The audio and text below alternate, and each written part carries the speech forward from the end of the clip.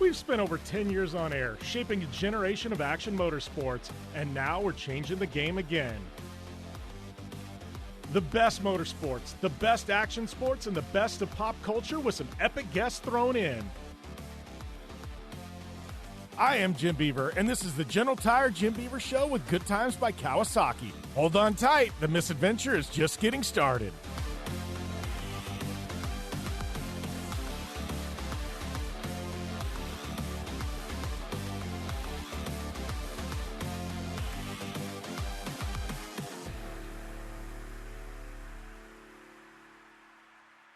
Welcome to the General Tire Jim Beaver Show with Good Times by Kawasaki. And, man, we got an awesome show today. Got a couple of good friends of mine, I would say brothers from another, Billy Slade and Brandon Twitchell with HCR Racing. These boys just got done doing battle at King of the Hammers. And, man, I think we got a lot of stories to tell. These are guys I've gone camping with, had a lot of fun with over the years. And obviously, Brandon HCR been a longtime sponsor of mine. So great to have these boys on the show. I'm really, really excited to hear about their story, their misadventures, so you will, out at King of the Hammers, man. It is going to be fun. I'm actually back in the studio, finally. It's been a minute, been kind of traveling around. Obviously, King of the Hammers had the AIM Expo. If you haven't listened to the AIM Expo show, go back into our archives. Had an awesome show there with my boys from Clean Freak. GSP XTV Axles, and Guts Racing. Yeah, this week we're switching gears. It's going to be all about UTVs here on the Jim Beaver Show and talking stories from out on the lake bed with Slade and Twitchell. Before we jump into that, though, I got a few things to talk about. Man, we got to talk about my boy, Travis freaking Pastrana, putting it in the top 20 at the Daytona 500. Trav shows up, doesn't even know if he's going to be able to qualify in. Lo and behold, he does qualify in. Then he has a phenomenal run, finishes just outside the top 15. I mean, TP, what a hell of a ride. What a hell of a run. Stoked for you, my man. Going to try and get Trav on the show here sometime very soon to talk about that. But what an awesome deal for an awesome guy. And I know that was a bucket list thing for Trav. Anytime any of us can check something off the bucket list, you know you got to be stoked for that person. And Trav, I know you got to think with that. I mean, God, he's sitting top 20 in points. I mean, obviously we know he's not going to run full-time NASCAR this year, but what a ride. You know, you got to think that he's got the itch bad enough that maybe we see him come back next year for yet another run at Daytona. I wouldn't be surprised if we saw Trav run maybe again this season at the Cup level. Like, I don't know, man.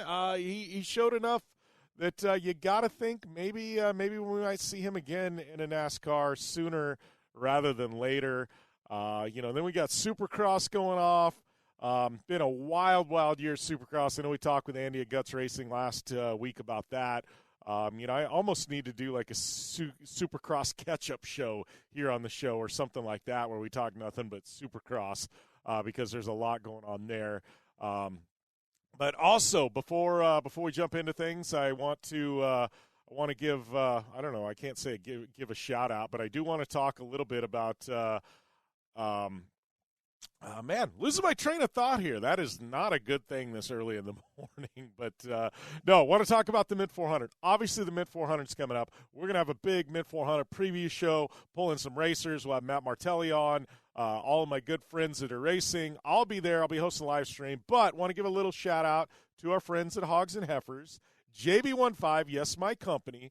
We are a part of their big kickoff party Wednesday night at Hogs and Heifers of the Mint 400. So if you've never been to this is the party to end all parties to kick off the Mint. It is going to be March 8th, Wednesday night, Hogs and Heifers, just off of Fremont Street.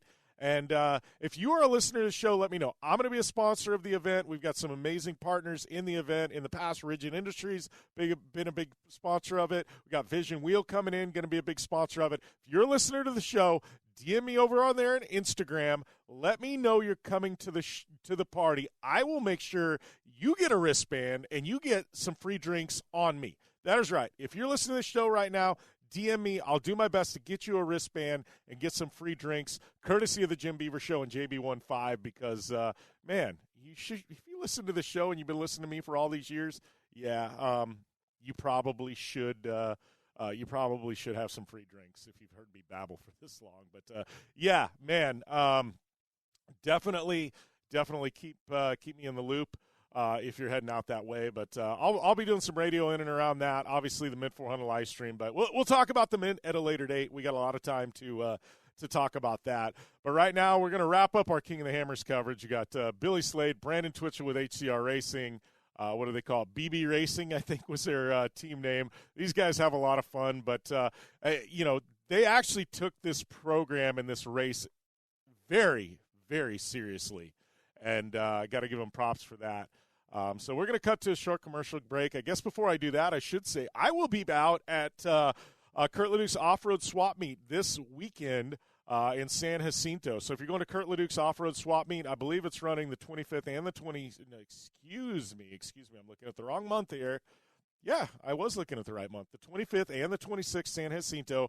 I got wheels, I got tires, I got all kinds of UTV parts, seats, you name it. I've got a ton of stuff that I'm going to be selling, blowing out. So if you guys are out there, come see me. Man, and every part you buy helps keep this show and everything else going, man. I tell you, that swap meet helps keep my program alive each and every year. So I'd love to see you guys out there at the swap meet, and trust me, we'll probably have a beer together if you're heading out that way as well. But, big party, Hogs and Heifers. Let me know if you're heading out that way for the Mint 400. Love to see you on Wednesday night. My boy Tim Montana's playing on Fremont Thursday night. I'll be hosting live stream Friday and Saturday. It's going to be one epic Mint 400. And you know what's even better than that? Better than the Mint 400? Yes, right before I recorded this show, I was just able to snag front row tickets to Guns N' Roses at Chase Field in Phoenix in October. Guns N' freaking Roses, yes, I got front row tickets. I can't wait for that. October can't come soon enough. So lots to talk about, but yes, up next we got Billy Slade, Brandon Twitchell right here on the General Tire Jim Beaver Show with Good Times by Kawasaki. Making the most of every moment can be demanding, which is why at General Tire, we think you should demand more from your tires. For more than a century, we've made great all-around tires that always deliver the right combination of performance, durability, style, and value. Whether you're looking at the ultra-high-performance summer tires for your street rod or the best-in-class all-weather tire for your family crossover, General Tire delivers for those who demand more from their tires. Find your fit at GeneralTire.com. General Tire, the official tire of the Jim Beaver Show. Conditions off the pavement are always changing, so why settle for a light bar that just turns on and off? The Rigid Adapt is a revolutionary new light bar that will automatically select from 8 beam patterns that range from a widespread 90-degree flood to a 15-degree spot based on your vehicle's speed. Try that with your knockoff light bar. A dash-mounted controller allows the user to toggle between adaptive mode, beam patterns, and RGBW accent lighting. With Adapt, it's easier than ever to own the night. Don't just shred your way through any off-road rugged terrain. Get into gear with GSP XTV and let us redefine your adventure. The GSP advantage of quality and performance sets a standard for UTV axles. We strive to provide premium ATV and UTV axles to keep you shreddy ready. Kick up some dirt and get in the driver's seat with GSP XTV. With over 35 years of experience, drive with a company you can trust. Drive with GSP. For more information, please visit us at gspxtv.com today. Like what you're hearing? Do us a favor and head over to Apple Podcasts and rate, review, and subscribe to the General Tire Jim Beaver Show with Good Times by Kawasaki and never miss another show. Welcome back to the General Tire Jim Beaver Show with Brandon Twitchell of HCR Racing, Billy Slade. We've had 13 minutes of meltdowns. I don't know, dude. I've been doing radio for like 12 years, never had any problems. Now the phone lines didn't work. The mixing board didn't work. We're back up with a backup mixing board, and you guys are like, yep, that pretty much sums up our last month. Complete, total chaos here, man. Yeah. Hammers took an effect on you, too, it sounds like. Yeah, not as bad as you guys. I don't know. I will say, like, I kind of started calling you Sober Slade, but I was like, we've camped together in the past and everything else. I'm like, it was like a somber mood leading up to the race, and I know you guys took that very, very seriously. I give you guys credit because I've known Twitchell and Slade for a long time. You guys were like full commitment to that race program. I don't think we even had a choice. Even if we wanted to, we were all hands on deck. Gosh, 14 hours a day it seemed like. Yeah. Well, yeah, unless we wanted to start drinking about 1 a.m. every night, that would have been about the only time that we actually stopped doing things and went into our own trailers and decided, like, okay, like now there's time for some relaxation. But I think at that point we were so exhausted that we both crashed. Well, dude, Slade, I told you. I said, you were 1 for 1 in your racing career. You went to Sand Scramble. You won. You needed to retire and be perfect. I would have retired after Sand Scramble. You pushed it. You're like, no, we're going to go to Hammers. You ruined the perfect record, man.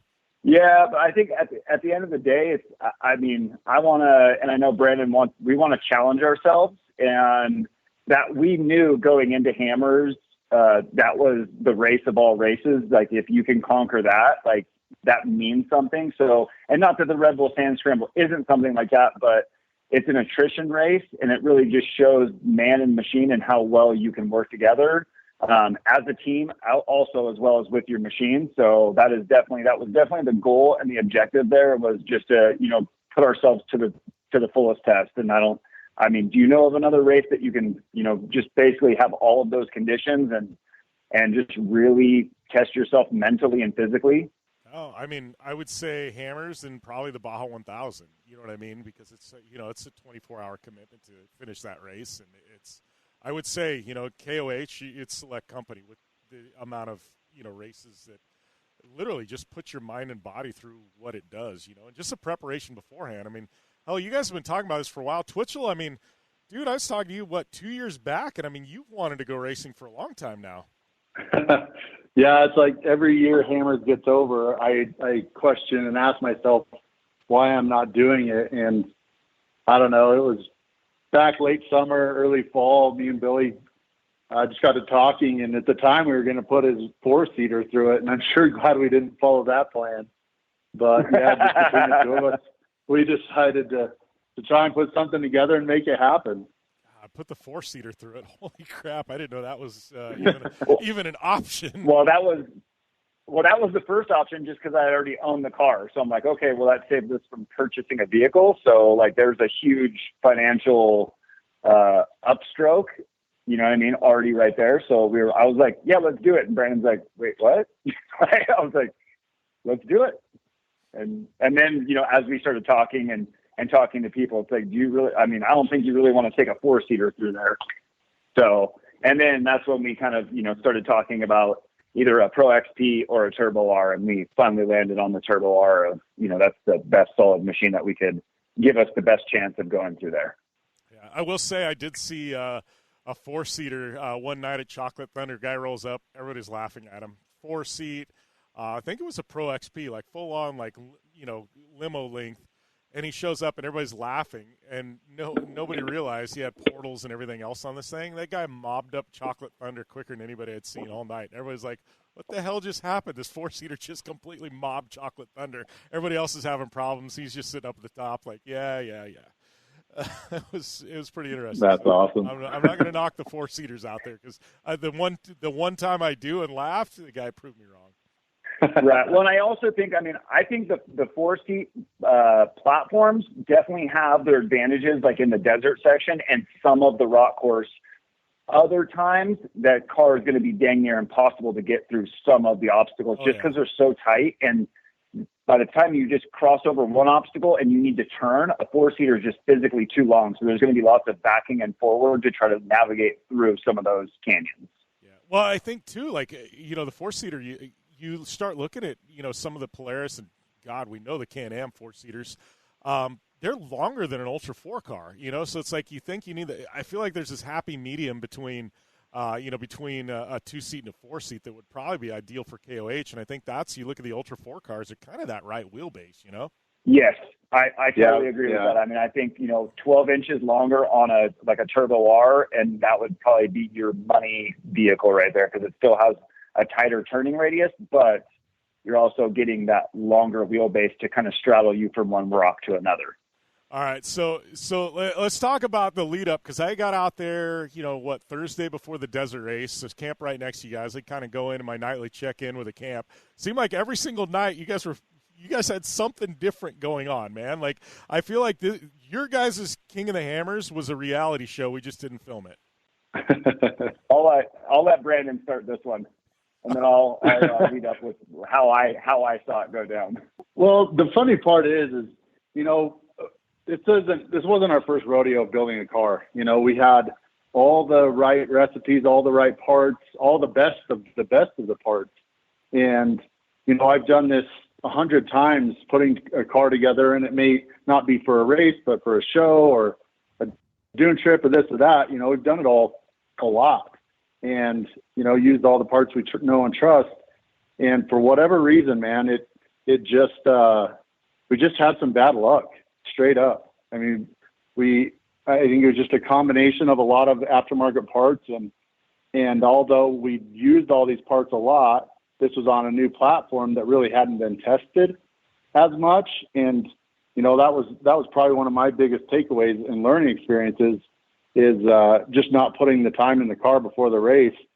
And, you know, from all my previous experience, you plug all these right parts into a car, you're ready to go, you know, and you don't even have to question it. And this time it kind of bit us, I guess, is the best way to sum it up. Yeah, I would definitely agree with Brandon. I would honestly say if anybody that listens to the show, if you're out and you decide that you want to take on King of the Hammers, rule number one is don't bring an untested vehicle. If you test the vehicle, bring it the way it is and run it the way it is. Do not make changes at the last minute. That is, you know, I mean, and it doesn't matter. It's, you know, like Brandon said, you can have the best of the best parts, but there's just sometimes some things you put, you know, one thing and another thing together, and it's very minuscule, you know, tolerances or whatever the case may be. It can lead to disaster. And it's one of those things where, you know, we struggled for 6 days on that car. Just every single day we'd go out and test it and find another small issue or the same issue over and over again. And we made changes to try to remedy that issue. And it literally just kept, you know, rearing its ugly face at us. And it was tough, but I think, you know, I mean, it was one of those things. Yes, we had, in all seriousness, we had tons of support. We had Polaris engineers over there. We had Ricky from RCB. Like, we had so many people come over and support us that we couldn't even be mad about the situation because there was so many people in our corner backing us and supporting us that it was really an awesome feeling, you know, just to know that we had that much support out there. So that was a huge, huge thank you to everybody that came by and pitched in a hand, including Jim coming over and, you know, talking some crap to us, letting us know that we're alive. And this is a good thing. It's like I'd go over there every night, and I'm like, man, what'd you do with my boys? Like Twitchell and Slade, they're gone. These are like guys, they look the same, but mines were just completely elsewhere. And I mean that in the best possible way because I get racing.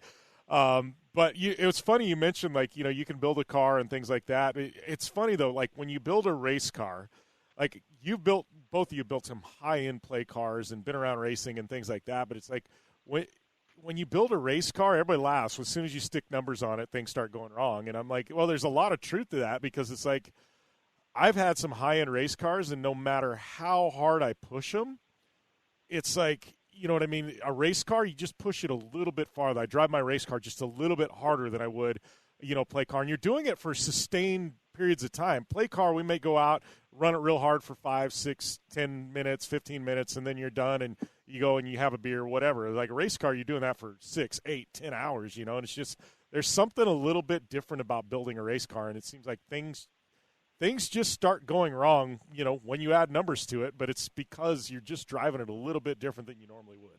Right. Yeah. And I would agree. And even just, you know, I've built, you know, several play cars and awesome builds. And then going into building a race car, you know, looking at all the rules and making sure that you are, you know, I mean, within the rule books and within tech and all the safety equipment was that, honestly, when we started building this, I was like, oh, we'll put a fire extinguisher, a couple of fire extinguishers, some window nets, and, you know, a horn or something. But it's so much more than that. It's down to, you know, like the siren system have to be on the, you know, the front of the vehicle, and the window nets and the amount of fire extinguisher per pound that you have to have. and crossbars and all of these things that like literally we were going, and at the last minute, we had to actually have Doug from TMW build us a new roof because that was not something I even thought about. And our roof thickness wasn't enough. So Doug from TMW actually made us a new roof. And one of the guys from Daystar picked it up and brought it out to us. So we were physically putting the wrap on the roof and drilling the holes in the roof to mount it on the car, like, I don't know, 30 hours before the race. I mean, it was one of those things. It wasn't just one thing that we had to learn. It was hundreds of things that we learned in a very short amount of time, which I'm grateful for. I mean, I have a way better understanding of, building a vehicle and what it's going to take to possibly, win King of the Hammers in the years to come. Well, I think the crazy thing about hammers too is like a desert race, unless, something bad goes wrong, desert race, you build this beautiful new car, you take it out, you race it, you clean it off, and it looks the same. There's something about hammers where you build a beautiful new car, like you guys did. It never looks the same after hammers. It's like everybody says you build it like hammers. You build a car for one race. So you guys are laughing, but take me through race day with you guys, because I was there when you took off the start line, got some pictures of standing there with Kristen. And then I didn't, I went out, out on course, things like that. Take us through race day, because I know the original plan was, Billy, you were going to do the desert. Twitchell was going to co-drive with you. Then you get to the rocks for lap number 2. Twitchell was going to take over.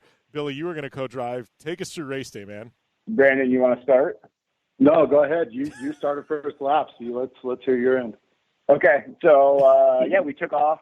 We got, I think we were 50-something in the lineup. We had 3-wheel drive qualifying, which set us back, and which wasn't, even for 3-wheel drive going up Chocolate Thunder, Brandon, he killed it at qualifying. It was amazing. I was just in his ear the whole time, like, go, go, go, just basically being probably the angel on his left shoulder and the devil on his right shoulder all at the same time from one voice.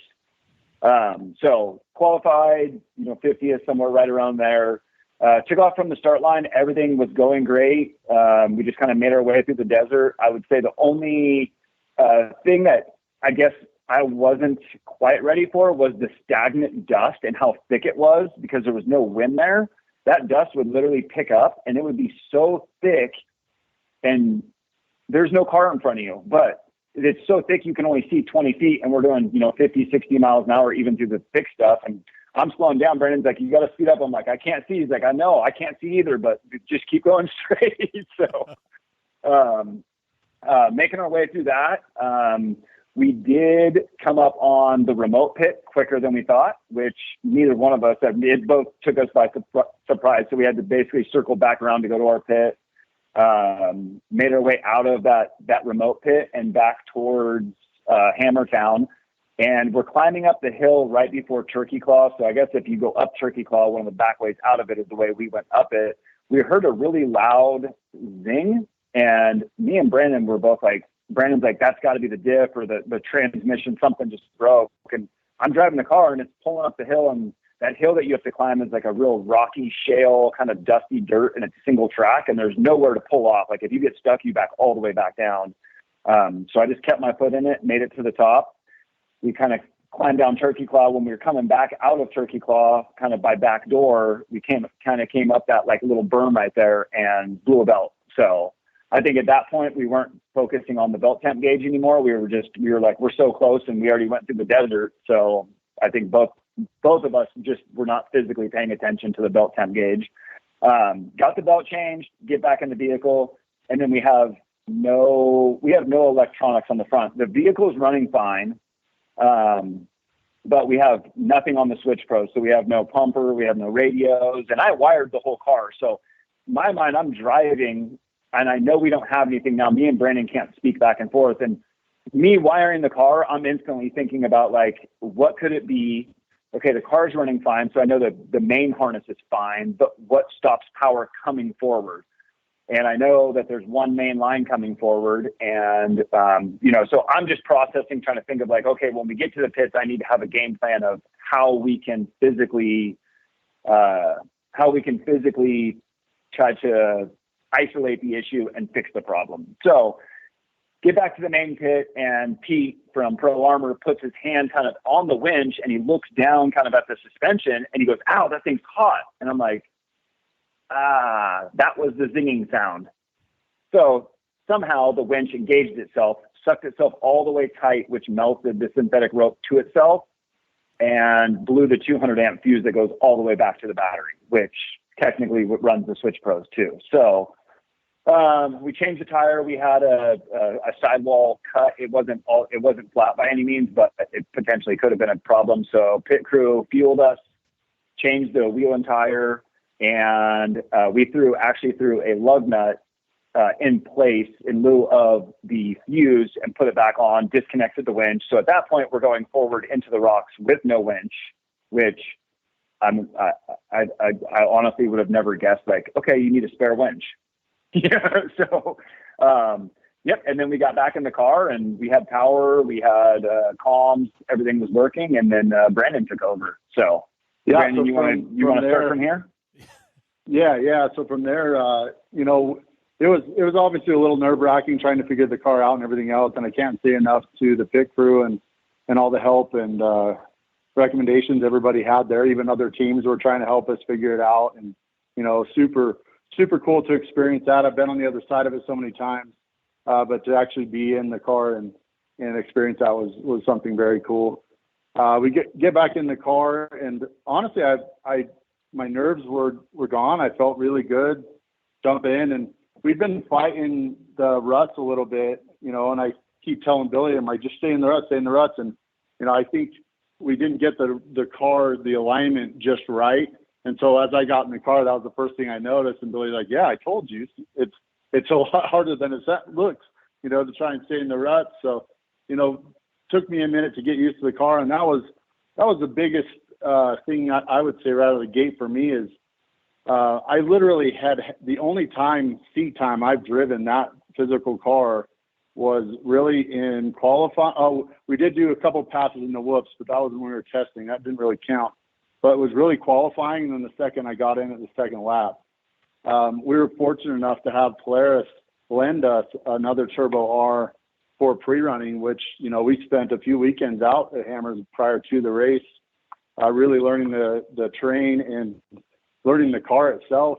And I didn't realize how big of a difference there was going to be from our pre-runner to the race car, just between different shock setup and really the amount of overhead weight. Right out of the gate, we really questioned if we were going to run a spare tire or not. And unfortunately, we kind of decided, a week or two before the race that we really probably should do it. And so we fortunately were able to get a bolt-on spare tire gauge on there. And I've really never ran a car with a spare tire. So that factored in a lot on the handling of the vehicle, and just something I really hadn't ever gotten used to personally.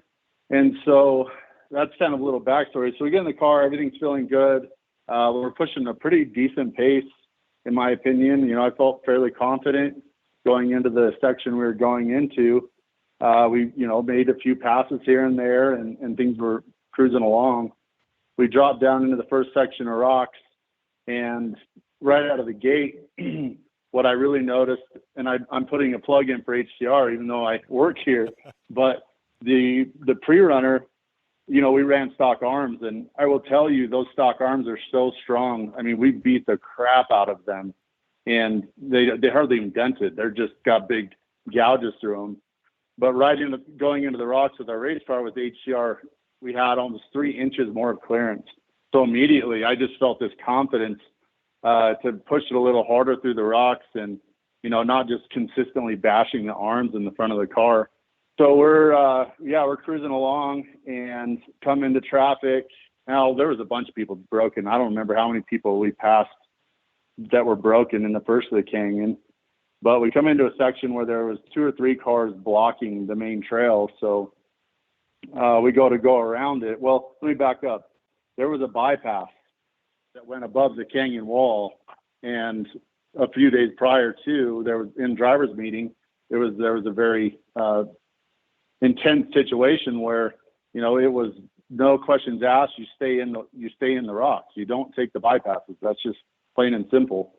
And the way it was stated, if you see anybody taking the bypass, it's up to the drivers to red card that driver, and so on. So in our minds, like, no, we can't do it. Even though we don't have a winch, we need to stay in the rocks. So we stay in the rocks, and I get down to these couple cars that are broken and take an alternate route.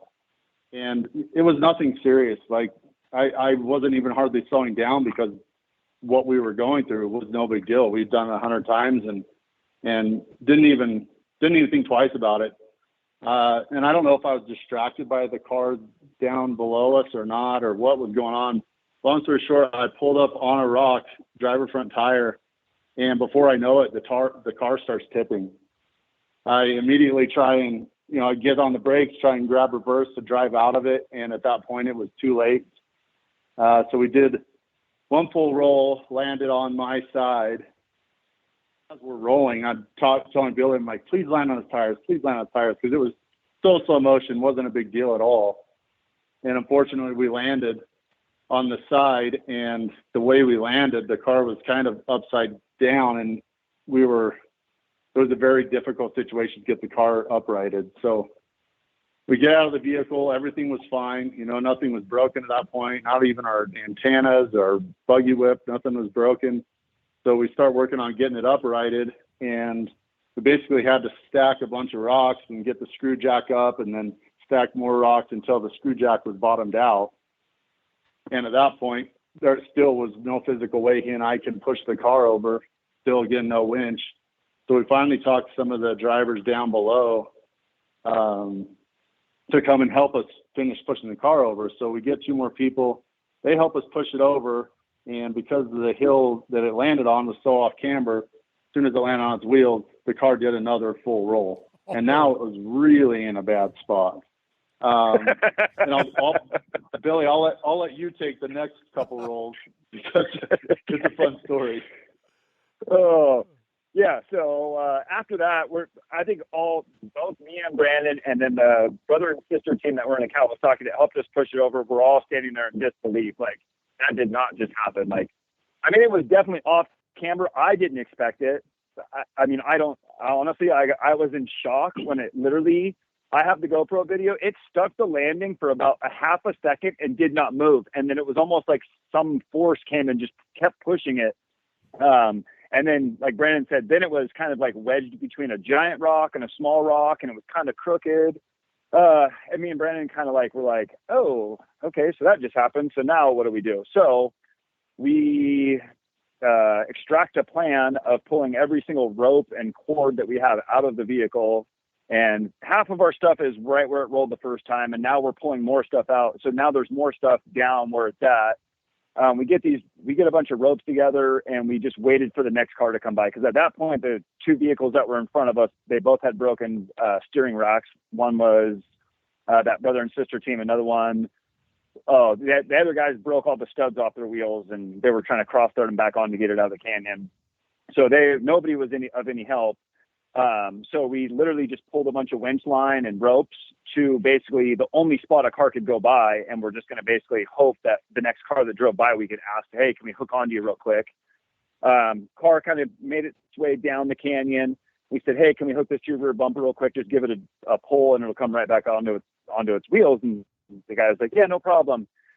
So he starts to pull real slow. The car starts to come up. Well, then he kind of stops, and we're like, go, go, go. And then he just kind of floored it, and it snapped the line, the pull line that we had on the B pillar of the cage. It snaps the line, and the car goes rolling again. It just keeps going further and further into a bad position. And I'm like, it can't get any worse. And then it gets worse. So at that point, we just told the guy, we're like, well, thank you. We appreciate it. We unhooked the line from him. He took off. And then we sat there and scratched our heads for, I don't know, probably another 20 minutes trying to figure out how we could possibly get it up. Well, then some guys from up in Northern California that were racing came by, and they had a broken A-arm or something, a ball joint snapped or something on their front end, and they were up on the bypass. So we devised a plan to put even more ropes together and tie knots and do what we could. And I'd say probably, I don't know, 2 or 3 tries, and 40 minutes later, we finally got it onto its lid. But at that point, the car was, I mean, it was pretty bad. And the first rollover, like Brandon said, there was a few scratches. I mean, the roof was not caved in. Even the rugged radio antenna did not break after that first and even second roll. But the third roll did the car in, because when it landed on the passenger side, which caved like the door hinge kind of in. And then as it was rolling, the front driver, like right where the headlight smashed that in and bent the radiator and the intercooler to a point where the radiator is pretty pinched off on that left line, which I think is the return line back to the engine. So at that point, we got it onto its lid, or onto its wheels, let it sit for a little bit. Greg from TPR gave us this really cool contraption, because we had so much stuff in the bed, that you actually put a funnel hose system that screws onto a quart of oil. And we put a quart of oil in it, waited for a little bit. And then just at that point, we had been there for, I think, about 3 hours, and 3 rollovers later, finally getting the car back up. And at that point, it was in no shape to continue on the race, especially with no winch. So that was, there was oil. There was oil everywhere, in the roof, down the side. I mean, it lost a lot of oil from sitting upside down for so long. Yeah. So I drove back with the fire extinguisher in my lap with the safety pin pulled out, aiming backwards. Yeah, and at that point, I think it was one of those things, like, neither one of us wanted to say, like, we have to call it. But at that point, it was like, there's just physically no, there's just no way for us to continue on with, a smashed radiator and oil all over in the car. And, just what had transpired. It was just one of those things where we just decided, hey, let's take it on the chin this year and come back next year. Well, now, honestly, you guys had such a beautiful car, and now it's dinged up. You're not. I feel like now next year you're like, oh, full send. We don't care if we scratch the car up. It's already gone. Oh, you haven't met Billy, have you? Yeah. But, hey, no. The car's gonna look. Hey, give me one more month, and that car's gonna look brand new again. I promise you that. To Twitchell's credit, I ran into Pete after the first lap, and when you guys were heading out on lap number 2. And I asked Pete, I said, what's up with the boys? And Pete goes, they're heading out onto the second lap. He goes, but they don't have a winch. And I looked at Pete, and I go, there's one guy that can make it through Hammers without a winch. It's Twitchell. And Pete goes, absolutely. So to Twitchell's credit, Pete and I had it back. You didn't need a winch. Oh. Well, and then look what I did. I rolled it on the stupidest rock I could have. It's funny, the things that, you don't think about. And, well, it's really comes down to seat time in the vehicle. In my mind, that's where I screwed up the most. It wasn't hitting this rock wrong or anything else. It was not being familiar with that car, and we pre-ran without a front sway bar, and, that alone can change the characteristics of things. And then you add another couple 100 pounds over your head, and, it'll bite you before you even know it. And that's what happened. So I know. Yeah, and I would agree. Oh, go ahead, Jim. No, go for it, Billy. Oh, I would agree that I think the most appealing thing about King of the Hammers, both for myself and Brandon, is that is one of those races where it's not just like, oh, that one rock canyon can get you. It literally, that race can bite you in a million different ways and in a million different scenarios, and that your mind can't even fathom. I mean, there's guys that have lost it, and most guys lose it in the desert. We made it through the desert, and we get to the rocks, and it's just one of those things. And I think that's what's so appealing about that race is it's just, it takes a damn near perfect day and a lot of luck on your side to finish, let alone, be on the podium of that race. And I think that's why that race is so prestigious and so highly sought after. Well, and I think, anybody you talk to, they say, in regards to Hammers, it's not something where year one you go in and you win. You need to at least go 1 year and just figure it out. Try your best to get to the finish line, but see it, because, everybody on the outside looking in goes, oh, I can do that. Until you're actually there and running Hammers, I don't think anybody realizes how tough and how grueling that race actually is and what it takes to get to the finish line. Yes, I would totally agree with that. I mean, going 80 miles in the desert, being hard on a vehicle, and then you're going to put it through some of the toughest rock canyons on the West Coast is, is a feat for any of these vehicles and driver. Yeah, definitely. Well, I know I talked to Billy before the race, and I said, so what's up after this? And Slade goes, oh, I want to go to the Mitt. Talked to Billy a couple days ago. Billy's like, oh, hell with the Mitt. We're not going anyway. So I was like, your tune changed pretty quick, Billy. Well, and I think it was the biggest part was I physically can't put that car back together that fast. So, I mean, if I had another vehicle, or, you know, I mean, I realistically, yes, I could scavenge parts from other vehicles at my house, but I don't want to have 3 vehicles torn apart here to put one vehicle back together. So this was, you know, once again, this was a learning, King of the Hammers was a learning experience. That was an expensive learning experience, but nonetheless, I think it's a priceless learning experience. It was one of those things like, now I understand. Like, I thought I understood before, but I really didn't have a clue. And I did as much research as I could. And, you know, me and Brennan, we had weekly meetings with our team, just trying to go over everything. But until you put yourself physically, like you were just saying, Jim, in that scenario of in that race, there's no way you'll ever understand and be fully ready. And I mean, there's guys out there that have been racing it 10 years that have never finished. And, you know, and they put, you know, a year's worth of work into it. You know, some of the 4,400 guys, every single year they put, you know, that's their one big race, and they do it and they still haven't finished. So I'm definitely not giving up, and I'll definitely be at the Mint next year for sure. Well, I think, you know, and this is going to sound too cliche, but you learn more from the races that go wrong than you do the races that go right. You know, if it all goes right, it's all smooth sailing. You know, end of the day, it's like, great, we did well. You know, the ones that go wrong, man, you sure learn a hell of a lot out of them, you know? Yes. Well, yes. Well, and that's very totally well said, agree. Jim, because like Billy said too, we actually put in a lot of effort to be ready for this race. You know, for being first time King of the Hammers racers, we did. I feel like we had a very good chance of for sure finishing and maybe even in the top 10. You know, it was the little things that you would only learn by putting yourself in that situation that is the parts we missed. And, you know, I feel like we were 90% there.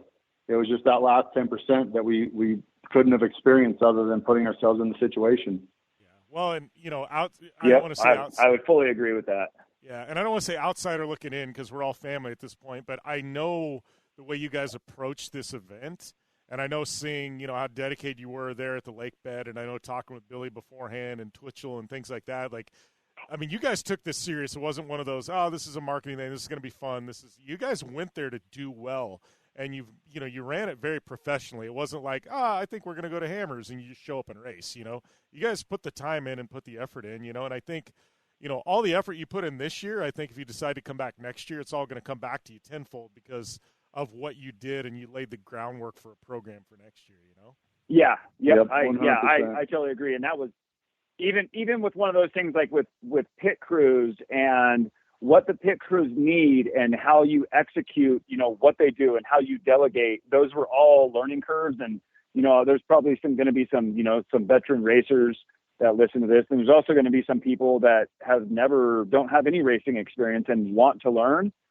You know, I mean, me and Brandon definitely leaned on as many people as we could and asked a lot of questions. I'm sure there's probably at least 30 people out there right now going, I'm glad this is over because now these guys will quit calling me and asking me questions. But nonetheless, it's one of those things where, you know, I mean, it's something, I mean, the feeling that you get from doing something like this and going about it cannot be expressed. So I just want to say to anybody out there that listens to this, if you want King of the Hammers, go after King of the Hammers. And, you know, there's probably going to be somebody out there that goes after it and podiums in their first year, you know, and then there's going to be others that don't. And, you know, that's okay. You know, as long as you learn every year that you go out there and, you know, you're not making the same mistakes over and over again every single year, then you're doing something right.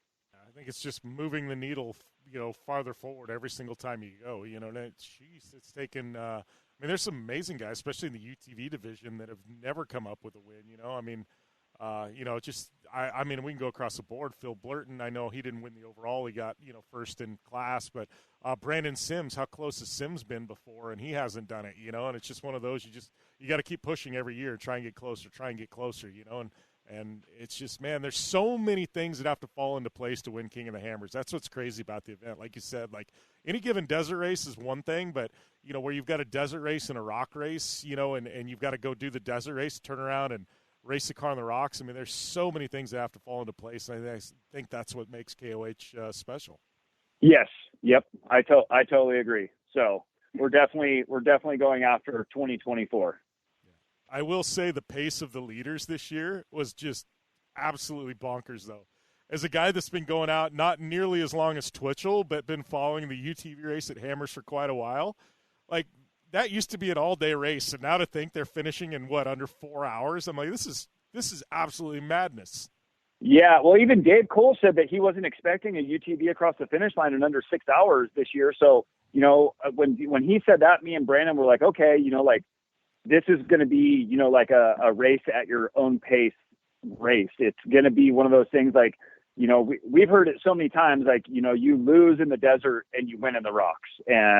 But, there's always going to be something. But yeah, to see when we got back and we hear finishers came in across the line in 3 hours and 30 minutes, I think it was 3 hours, 35, something like that. I was like, oh my gosh, we were literally trying to get the car over just back onto its feet for 3 hours. And they did the entire race course in that.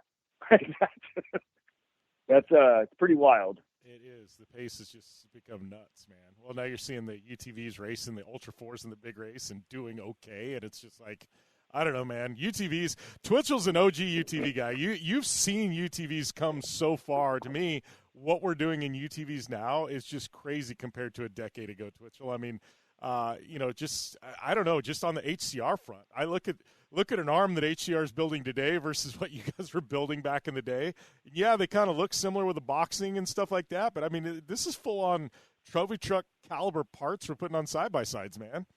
Yeah, it's pretty wild how much things have evolved. And, it's funny you mentioned that because that's what really stood out after this was all said and done. And, the investment, the time and everything else. And what I would, encourage to other people wanting to try it is you could have the same experience going in, and there are things like Billy said with extinguishers, window nets, all the safety gear, radios, navigation. But you could really get away with a very mild, let's just take an XP1000 or a Honda Talon. There's a lot of vehicles out there, and I look at, we went pre-running one of the times with one of my buddies that has raced Hammers a couple times, and he was in his old race car. And after being done, getting through this race, I looked at it and like, you know what? We didn't have to have the best of the best of the best to go out and do this. You just have to have something that will stay together and that is proven and that is maintained properly. And, I think that it's something that is very hard for a lot of people to see, especially not having ever done it, is it doesn't always take the most money and the most support and everything else. It's just having a vehicle that you can put your hands on and know the ins and outs of it. And especially the feeling in the seat. I think those things go so far that there's a lot of people out there that could really go out and do well if they just tried it. Just what we're seeing out of the box with some of these side-by-sides, things like that. Like I think everybody sees, and you guys had a beautiful car, but I think everybody thinks, oh, I got to have this, upper five-figure build. It's going to cost me $80,000 to build a car and go to Hammers. I'm like, no, not really. I mean, like you'd said, you can take like a stock KRX or, something else out of the box that works well in the rocks, do some safety upgrades and a little bit here and a little bit there and have something that can go and run those rock trails and probably get you to the finish line and do pretty solid. Yeah, absolutely. A bone stock KRX would 100% do Hammers. Just take it slow and cruise, and you could totally do it. And even same with our pre-runner. It was a base model Turbo R. It held up for, we were out there a total of like 6-7 days of pre-running, stop every day, and we put that thing through the ringer, man. And I think we only broke one rear axle in all of the pre-running. That's through all the rock trails. Wow. And everything else. And it was funny. The first time we went out, we came straight from Glamis after the scramble, actually. And car was brand new, had I have very little experience in big bouldering, rock crawling like that. I've rock crawled my whole life, but it's always been more on sandstone and Moab and Sand Hollow type stuff. We get out there the first round and we go straight to Chocolate Thunder. And in my mind, in years past, Chocolate Thunder was the easy trail. That's the one you start out on. Well, this year that was not the case. And that poor car, we about ripped the door off. We about ripped both rocker panels off. And, it can also teach you a lot really, really fast in the parts that you do need to upgrade and how important skid plates are and so on. But man, what a fun learning experience all the way around. It's just, you can't put into words what you can learn just by doing it yourself. So I guess before we let you guys go, what's next? I know obviously the Mint's off, but Slade, I mean, you got a race car now. What's the next plans for that? You going to go have a little fun this year, and then obviously see you guys back at Hammers next year? Yeah, and I've actually been talking to Riley at ZRP, and they invited me up to an Ultra 4 race in Montana in, I think 9 or 10 weeks.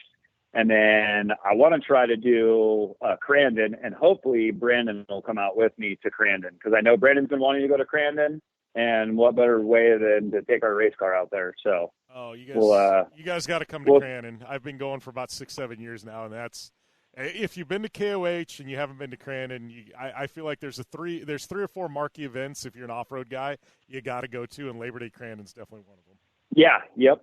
So. Yeah, and once I get the car back together and get it all, up and running, then I'll look at a schedule and put something out there. But I don't want to get ahead of myself or rush myself into a basically back myself into a corner where I'm like, oh, I said I was going to do this and now I have to. So I want to make sure that the RZR's, 100% ready to go and, kind of tackle it from there. I was really bummed that pretty much not one panel on that car is salvageable.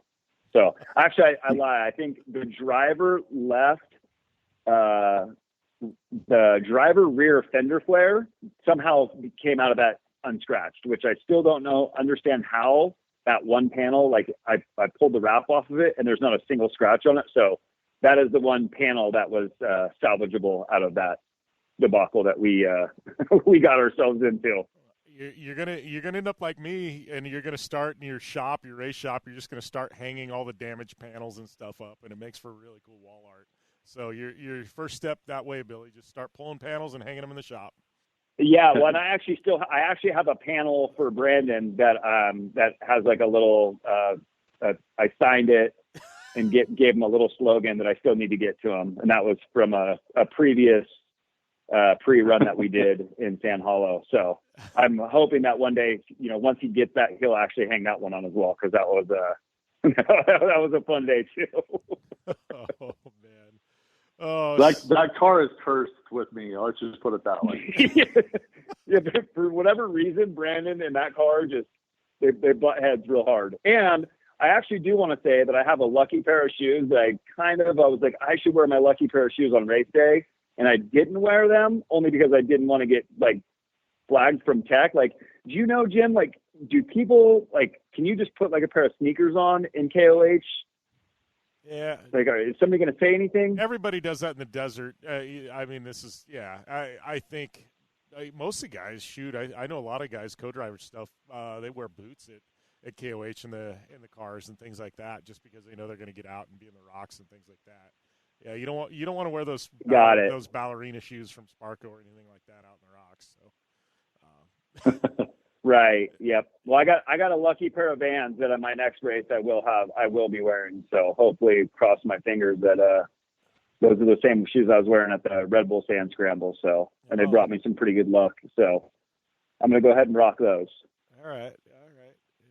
I'm looking forward to seeing this, but I don't know. I know Slade told me he's going to see me at the Mint. You're not coming to the Mint, Twitchell? I got somehow I'm involved in a sponsor this party at Hogs and Heifers on Wednesday night. So if you find your way to Vegas, I think you could drink for free for the night. So just putting it out there, buddy.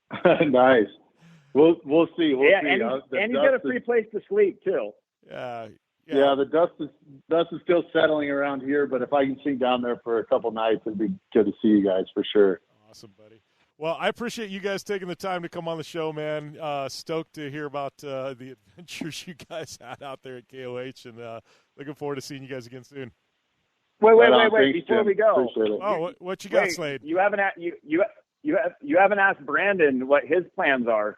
Brandon, do you plan on racing King of the Hammers next year? Oh man, it's a loaded question. But honestly, I know I can do it, and we both learned is it's very hard to build a car 1,000 miles apart. You know, we both tried to take a role in it, and I think we also learned that is not a very if we want to go, we both know we can do well, and if we want to achieve what we both are set out to do, we both need to be in our own car. And I think we've both kind of established that after all of this. You know, it's such a fun, great learning experience together, but we also very competitive at the same time. So I think if we do end up doing it again, we'll be battling against each other. And I've already got a lot of people that reach out to me and want to help support me to do it again. And so there's a very good chance that I'll be back for sure. So what you're saying is BB Racing still lives. We just might be a team working together, but against each other. It's a two-car team now. The way we've always done it, right? Well, I am looking forward to. I'm okay with that. Yeah, I was going to say, well, I am looking forward to Rally on the Rocks this year, or side-by-side adventure rally, where we're all on the same team and we can all hang out and drink together after we get done on the rocks. So that's what I'm looking forward to in a couple of weeks. Yes. Or a couple months. Yeah, and somebody better bring a pinata. Oh, pinata is definitely 1,000% happening. Pinata is definitely a go. Awesome, guys. Yeah, looking forward to it for sure. All right. Well, we are signing off from this interview here on the General Tire Jim Beaver Show. When it's time to replace the tires on your vehicle, General Tire delivers the tires you need for both your next big adventure and your daily commute. Whether you need all-season traction, lasting tread wear, or a quiet drive, General Tires are designed to deliver whatever life brings your way. From all-season ultra-high-performance tires for passenger cars and crossovers to extreme all-season mud terrain and tires for light trucks and SUVs, General Tire delivers great performance. To find your ideal tire, visit GeneralTire.com. General Tire, official tire of the Jim Beaver Show. When looking for a new wheel for your off-road vehicle, car, truck, or UTV, the choice is easy. You choose what the pros use. Rob McCachran, Keegan Kincaid, and myself, Jim Beaver, all exclusively use Vision Wheel, whether we're dominating Baja, taking the cup at Crandon, or shredding UTVs. Vision Wheel's trend-setting designs and durability will set you apart from the competition and your friends. Check out visionwheel.com or @VisionWheel on social media to learn more. Looking to have some fun on four wheels? Dirtfish Rally School has you covered. Packing as much adrenaline and adventure as you can handle into high-performance all-wheel drive and rear-wheel drive Subaru rally cars is where the fun begins at Dirtfish. Just 30 minutes outside of Seattle in Snoqualmie, you'll get a chance to train up to 3 full days with some of the country's best instructors and be put through the high-octane rush of rally on mud, dirt, and tarmac. Get started today and call 425-888-7715 or visit us online at dirtfish.com and use code 911 for a 15% discount. Life is all about sound, the sound of sports, the sound of the racetrack, and the sound of your vehicle. Don't drive around listening to this. Drive around listening to the sound of performance. Gibson Performance. Gibson Performance Exhaust is the company who can turn this into this. Remember that life is all about sound, and Gibson Exhaust is the sound of performance. Check out your next catback exhaust system, headers, muffler, or UTV exhaust at GibsonPerformance.com and get more power and more sound. Social media? Yeah, that's on lock. It's at Jim Beaver 15 on all major platforms, and hit up at General Tire and at Kawasaki USA while you're there. Welcome back to the General Tire Jim Beaver Show with Good Times by Kawasaki. And what an awesome show today with my good friends Billy Slade and Brandon Twitchell. Big thanks to them for taking the time to come on the show. Tell us a little bit about their misadventure out there at Johnson Valley at the 2023 King of the Hammers. Like I said, lots of fun stuff coming up. Couple of big shows in the hopper coming up in the next couple of weeks. We still got episode 500 looming out there a little bit. Just being told, too, I guess today's audio quality wasn't exactly perfect, so my apologies. We'll get it dialed in for next week. But as you know, we've had some technical difficulties today for some odd reason. So we'll definitely get that squared away, though. And, yeah, man, Mint 400, don't forget Wednesday night, Fremont Street, JB15, throwing a party at Hogs and Heifers, kickoff party. You want to be there. Don't miss out. DM me if you're coming to the party, and maybe we'll get you set up with a wristband so you at least get a drink or two for free on the house, courtesy of JB15 and the Jim Beaver Show. But, yeah, other than that, yeah, we got a lot of stuff coming up. I'll be at the off-road swap meet this weekend. Swing by, especially if you want to buy some tires, wheels, UTV parts. I got you on lock in regards to that. Don't forget, check us out on Apple Podcasts. Rate, review, subscribe. I say that every week. I mean it. It helps us a lot. So, yes, please keep us remembered when you're listening to the show over there on Apple Podcasts. Once again, it's at Jim Beaver 15 on all your social media channels. And, we've been cranking on YouTube as well. We're going to start integrating a lot of video content, so make sure and check us out over there. Big shout-out to all of our amazing partners in the show, General Tire, Kawasaki USA. Big shout-out to Vision Wheel, Gibson Exhaust, Dirtfish Rally School, our boys at Clean Freak, Rigid Industries, big-time supporter of the show. Our friends at HCR Racing, man, you kill it on all my UTV builds, and trust me, I got an amazing build coming up. Yeah, Rugged Radios, just everybody that continues to support us. Thank you. Thanks to all our guests, Slade, Twitchell, everybody behind the scenes.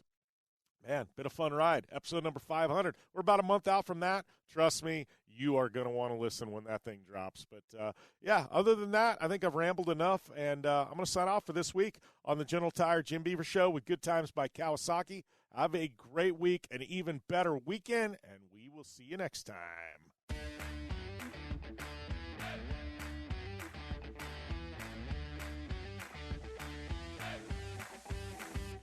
And that's a wrap for this edition of the General Tire Jim Beaver Show with Good Times by Kawasaki. Thanks for listening. Be sure and head to Apple Podcasts, subscribe to the show, and follow at Jim Beaver 15, at General Tire, and at Kawasaki USA on social media. Itching for more? JimBeaver15.com has all the latest. We'll see you next time.